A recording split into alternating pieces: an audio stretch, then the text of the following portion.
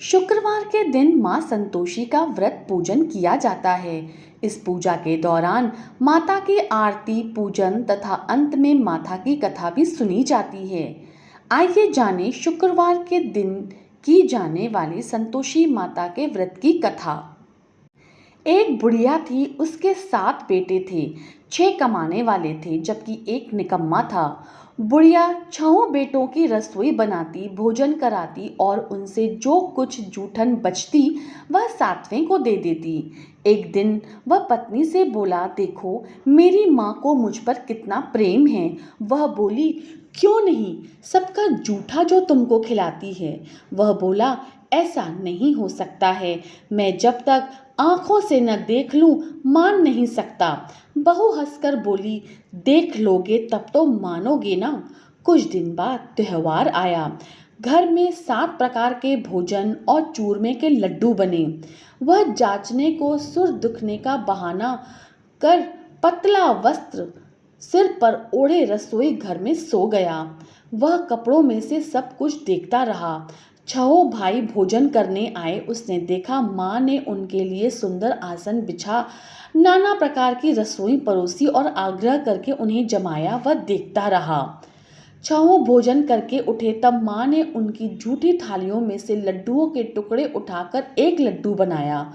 जूठन साफ कर बुढ़िया माँ ने उसे पुकारा, बेटा 6 भाई भोजन कर गए, अब तू ही बाकी बचा है, उठ तू कब खाएगा।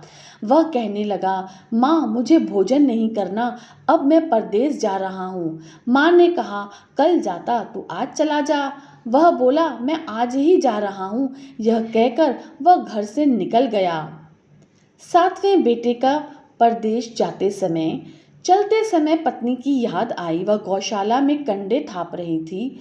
वहां जाकर बोला, हम जावें परदेश, आवेंगे कुछ काल, तुम रहियो संतोष से, धर्म अपनो पाल। वह बोली, जाओ पिया आनंद से, हमारो सोच हटाए, राम भरोसे हम रहे, ईश्वर तुम्हें सहाय। 2 निशानी आपन देख धरू में धीर, सुधी मति हमारी बिसारियो रखियो मन गंभीर। वह बोला, मेरे पास तो कुछ नहीं, यह अंगूठी ही है, सो ले लो और अपनी कुछ निशानी मुझे दे दो। वह बोली, मेरे पास क्या है, यह गोबर भरा हाथ है। यह कहकर उसकी पीठ पर गोबर के हाथ की थाप मार दी।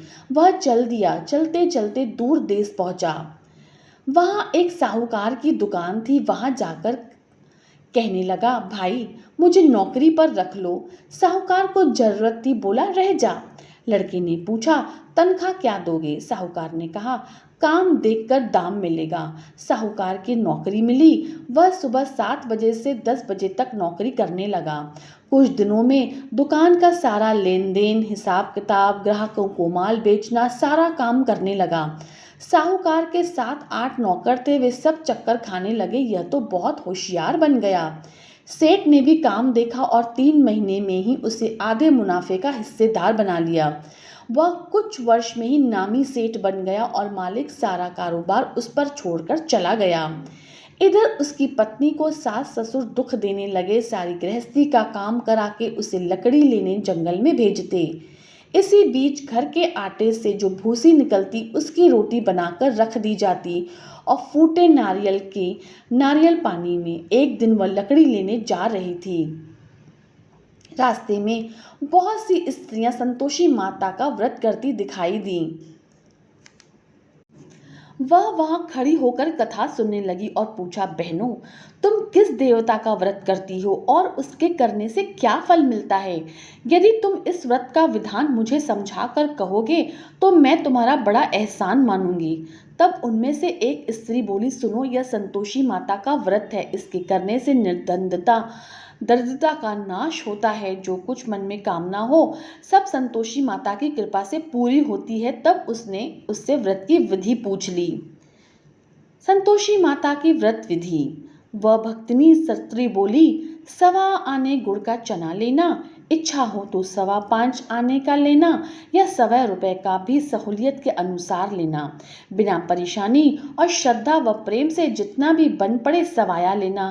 प्रत्येक शुक्रवार को निराहार रहकर कथा सुनना, इसके बीच क्रम टूटे नहीं, लगातार नियम पालना।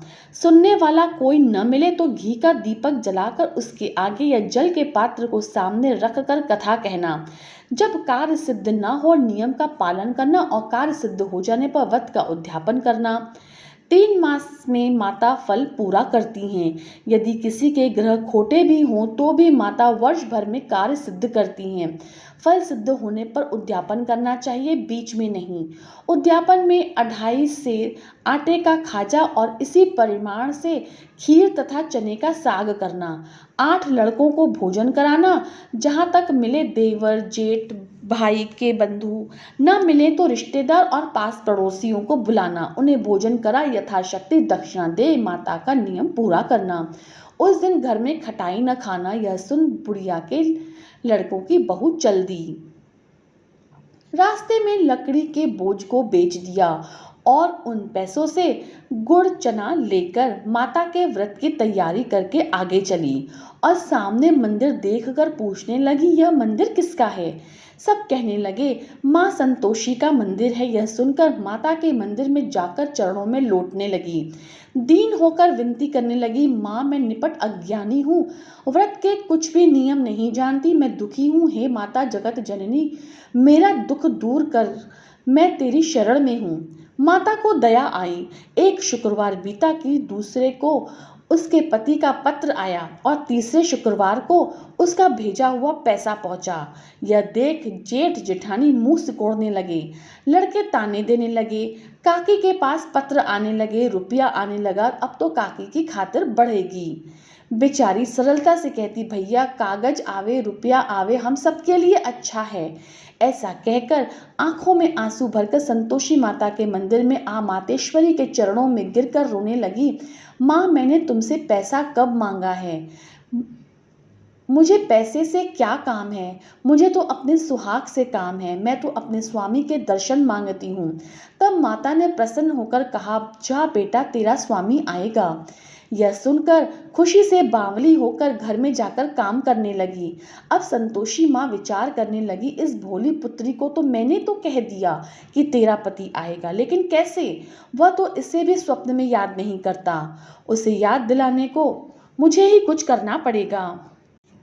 इस तरह माताजी उस बुढ़िया के बेटे के पास जाकर स्वप्न में प्रकट होकर कहने लगी, साहूकार के बेटे सो रहा है या जागता है? वह कहने लगा, माता सोता भी नहीं जागता भी नहीं हूँ, कहो क्या आज्ञा है? माँ कहने लगी, तेरे घर बार कुछ है कि नहीं?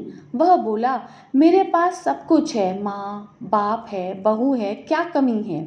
माँ बोली, भोले पुत्र तेरी बहू घोर कष्ट उठा रही है, तेरे माँ बाप उसे परेशानी दे रहे हैं, वह तेरे लिए तरस रही है, तू उसकी सुध ले। वह बोला, हाँ माताजी यह तो मालूम है, परंतु जाऊं तो जाऊं कैसे? परदेश की बात है, लेन देन का कोई हिसाब नहीं, कोई जाने का रास्ता नहीं, कैसे चला जाऊं? माँ कहने लगी, मेरी बात मान, सवेरे नहा धोकर संतोषी माता का नाम ले, घी का दीपक जला, दंडवत कर दुकान पर बैठ जा। देखते देखते सारा लेन देन चुक जाएगा, जमा का माल बिक जाएगा, सांझ होते होते धन का भारी ढेर लग जाएगा। अब बूढ़े की बात मानकर वह नहा धोकर संतोषी माता को दंडवत घी का दीपक जलाकर दुकान पर बैठ गया। थोड़ी देर में देने वाले रुपया लाने वालों का हिसाब लेने लगा। कोठे में भरे सामान के खरीदार नगद दाम देकर सौदा करने लगे। शाम तक धन का भारी ढेर लग गया।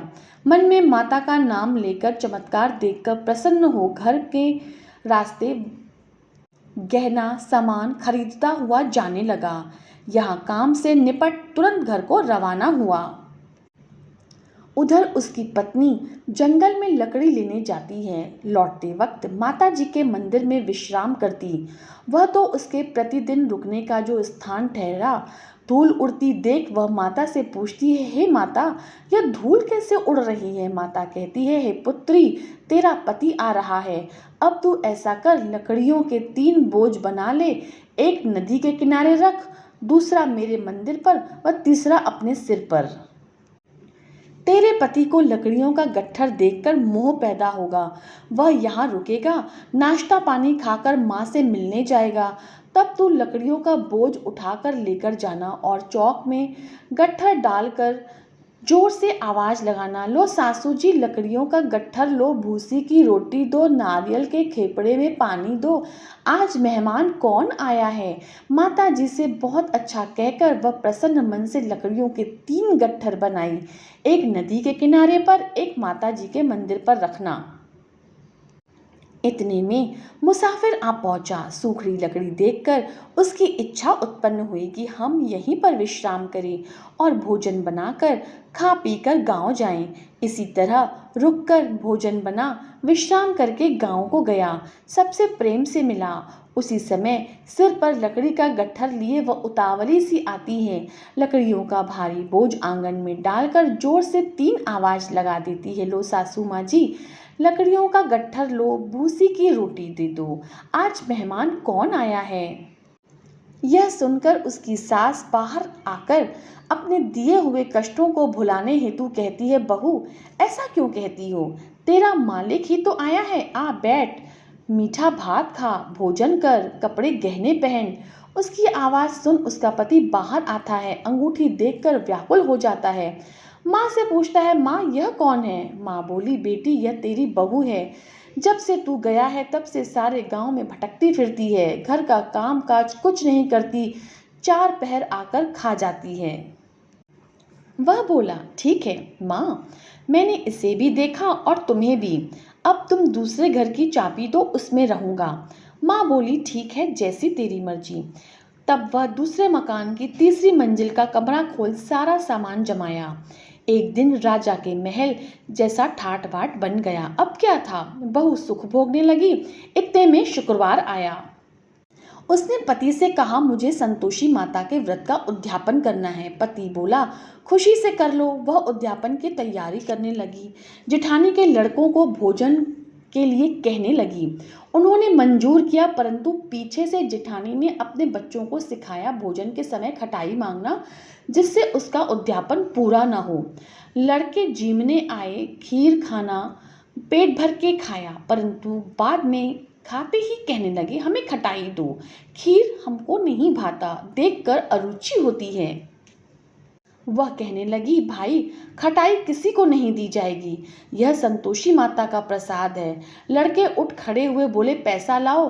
भोली बहू कुछ जानती नहीं थी, उन्हें पैसे दे दिए। लड़के उसी समय हट करके इमली खटाई लेकर खाने लगे। यह देखकर बहू पर माता जी ने कोप किया। राजा के दूत उसके पति को पकड़कर ले गए। जेठ जेठानी मान वचन कहने लगे, लूट लूट कर धन इकट्ठा करके लाए हैं, अब सब मालूम पड़ जाएगा, जब जेल की मार खाएगा। बहू से यह कुछ सहन न हुआ। वह रोती हुई माता जी के मंदिर में गई, कहने लगी, हे माता तुमने क्या किया। हंसाकर अपने भक्तों को रुलाने लगी। माता बोली, बेटी तूने उद्यापन करके मेरा व्रत भंग किया। वह कहने लगी, माता मैंने तो कुछ अपराध नहीं किया, मैंने तो भूल से लड़कों को पैसे दे दिए थे, मुझे क्षमा करो, मैं फिर तुम्हारा उद्यापन करूंगी। माँ बोली, अब भूल मत करना। वह कहती है, अब भूल नहीं होगी, अब बतलाओ वो कैसे आएंगे। माँ बोली, जा पुत्री, तेरा पति तुझे रास्ते में आता मिलेगा। वह निकली, राह में पति आता मिला। वह पूछी, कहाँ गए थे। वह कहने लगा, इतना जो धन कमाया है उसका टैक्स राजा ने मांगा था, वही भरने गया था। वह प्रसन्न होकर बोली, भला हुआ, अब घर को चलो। कुछ दिन बाद फिर शुक्रवार आया। वह बोली, मुझे फिर माता का उद्यापन करना है। पति ने कहा, करो।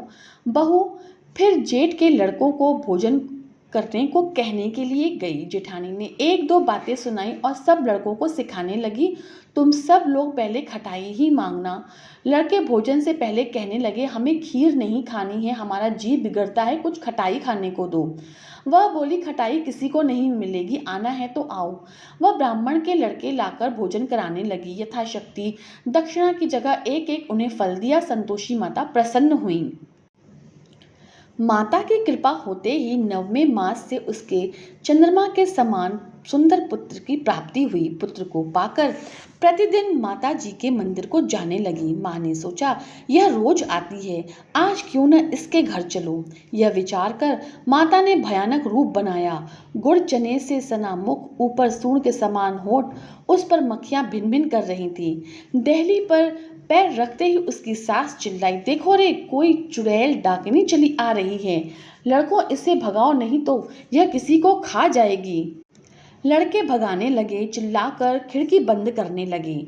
बहू रोशनदान में से यह सब कुछ देख रही थी। प्रसन्नता से पगली बन चिल्लाने लगी, आज मेरी माताजी मेरे घर आई हैं।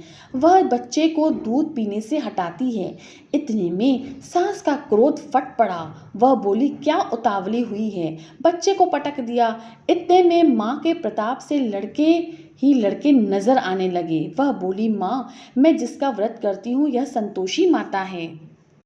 सबने माता जी के चरण पकड़ लिए और विनती करके कहने लगे, हे माता, हम मूर्ख हैं, अज्ञानी हैं, तुम्हारे व्रत की विधि हम नहीं जानते। व्रत भंग करके हमने बड़ा अपराध किया है। जगमाता, आप हमारा अपराध क्षमा करो। इस प्रकार माता प्रसन्न हुई। बहू को प्रसन्न हो, जैसा फल दिया वैसा माता सबको दे। जो यह पढ़े उसका मनोरथ पूर्ण हो। बोलो संतोषी माता की जय।